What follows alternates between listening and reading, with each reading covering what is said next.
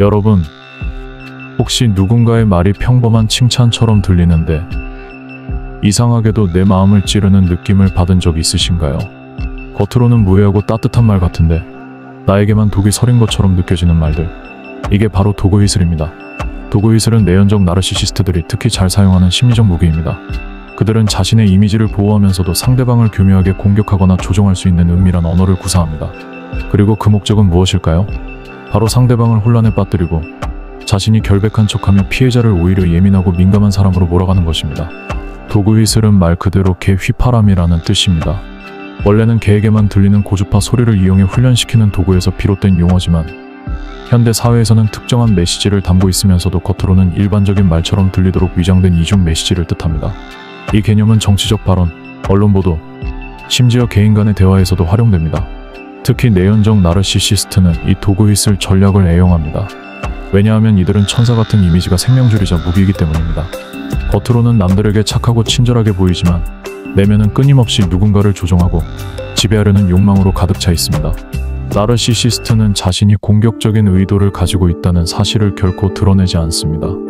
대신 그들은 겉으로는 무해해 보이는 말이나 행동을 통해 은밀하게 상대방을 공격하거나 조종하려고 합니다.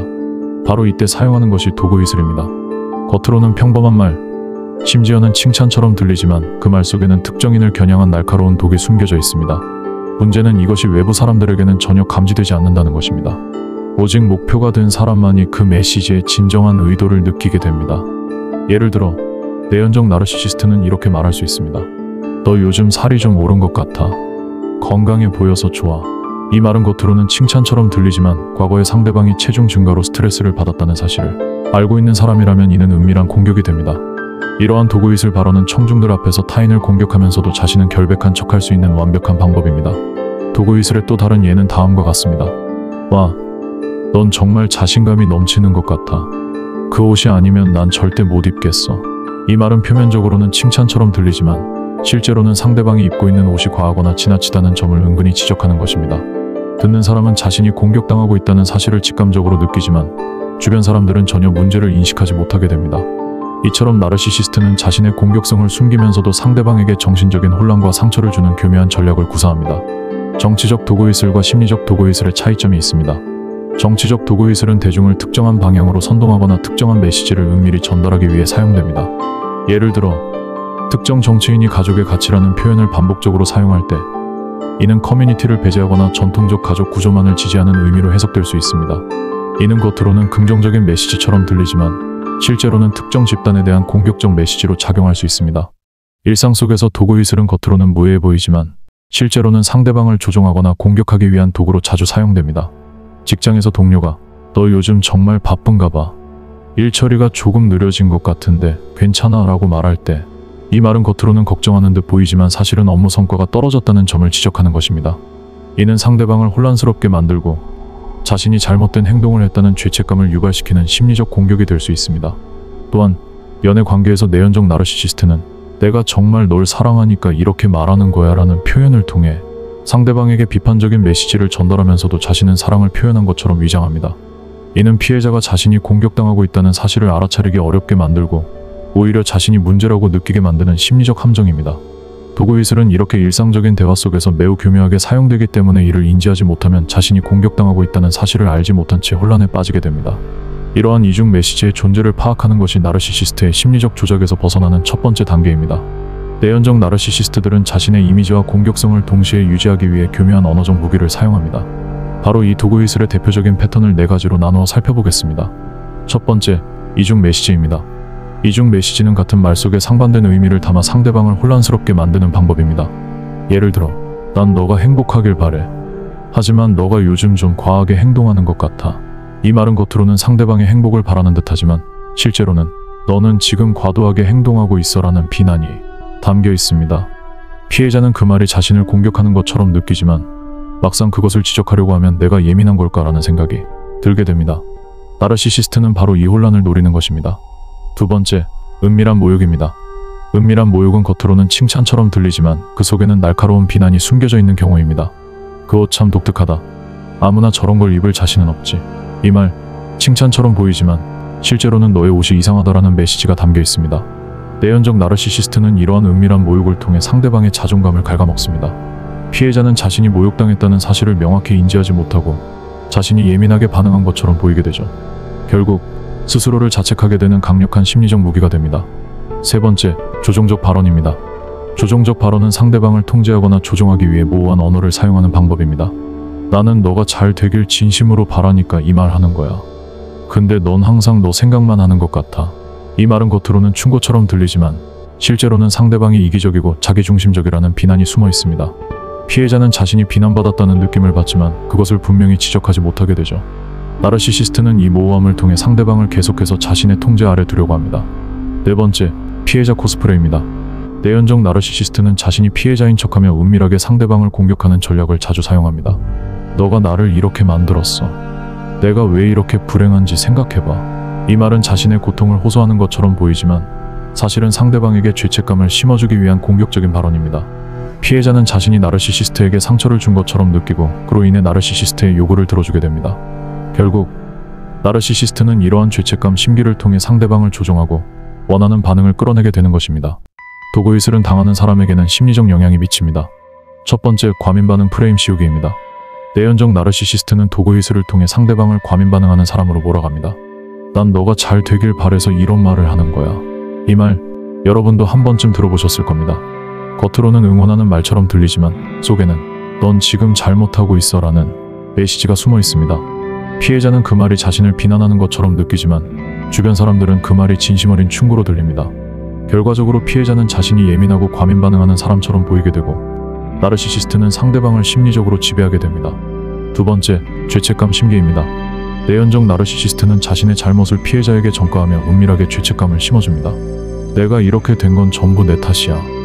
너가 나를 이렇게 만들었어.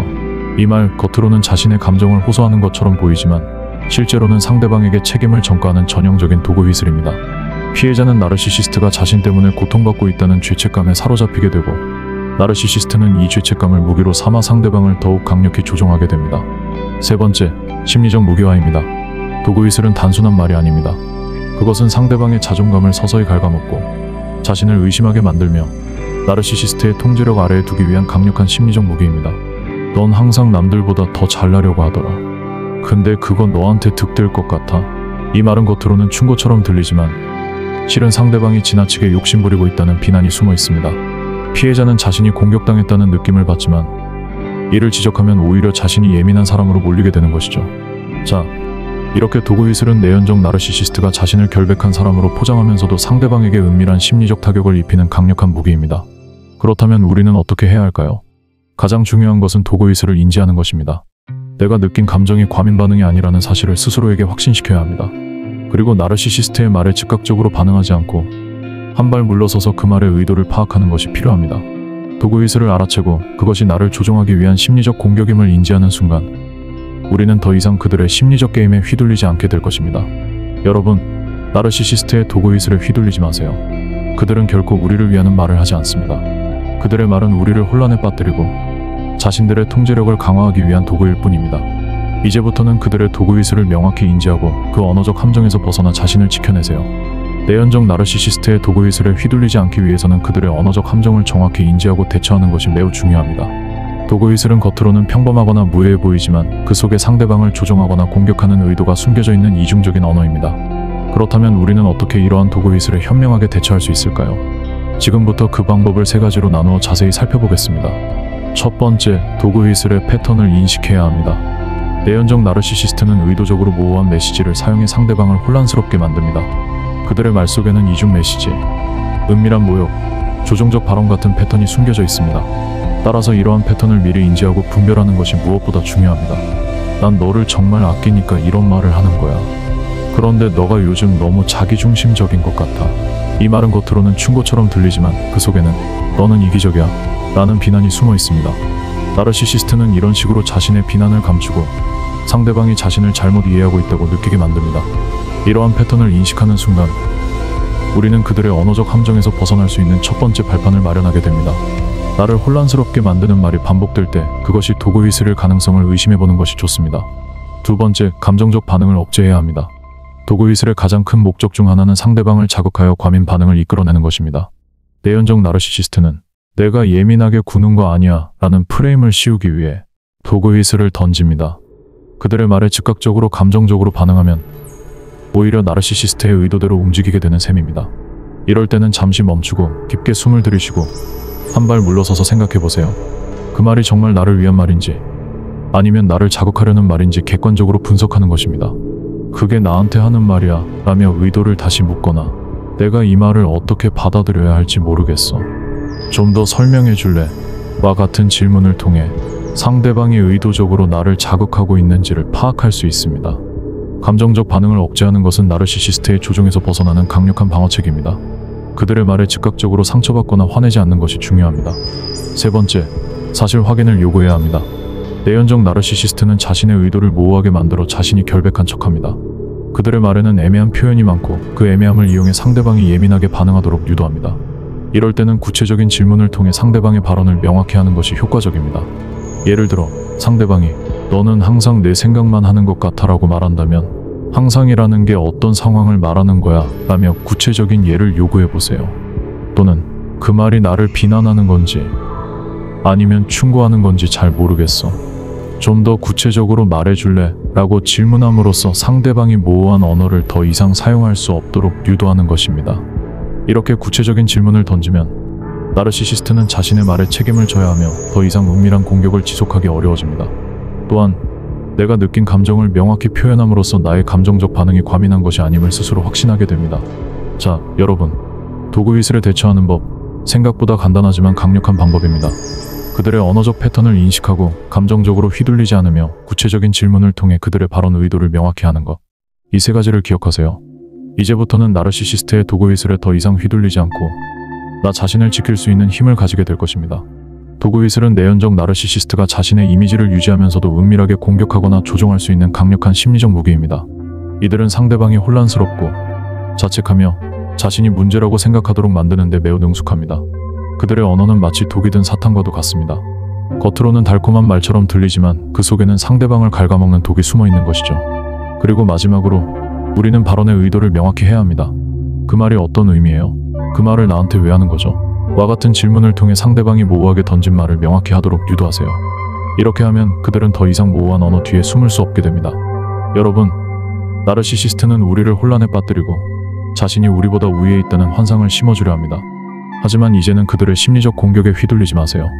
도구 휘슬의 패턴을 인지하고 그것이 나를 겨냥한 공격임을 깨닫는 순간 우리는 더 이상 그들의 조종 아래 있지 않게 됩니다. 이제 여러분이 해야 할 일은 단 하나입니다. 내 감정을 믿고 나의 감각을 신뢰하는 것입니다. 내가 느낀 불편함은 진짜였구나 라고 스스로에게 확신을 주세요. 그리고 그 확신을 통해 자신을 지켜내세요. 나르시시스트의 도구 휘슬은 더 이상 나를 조종할 수 없는 무력한 도구가 될 것입니다. 오늘의 영상이 도움이 되셨다면 좋아요와 구독 눌러주시고 앞으로도 나르시시스트의 심리적 공격에서 벗어나는 법 더 깊이 있는 내용들로 찾아뵙겠습니다. 당신의 삶에서 도구 휘슬의 영향력을 없애고 진정한 자유를 되찾는 그날까지 함께할게요. 감사합니다.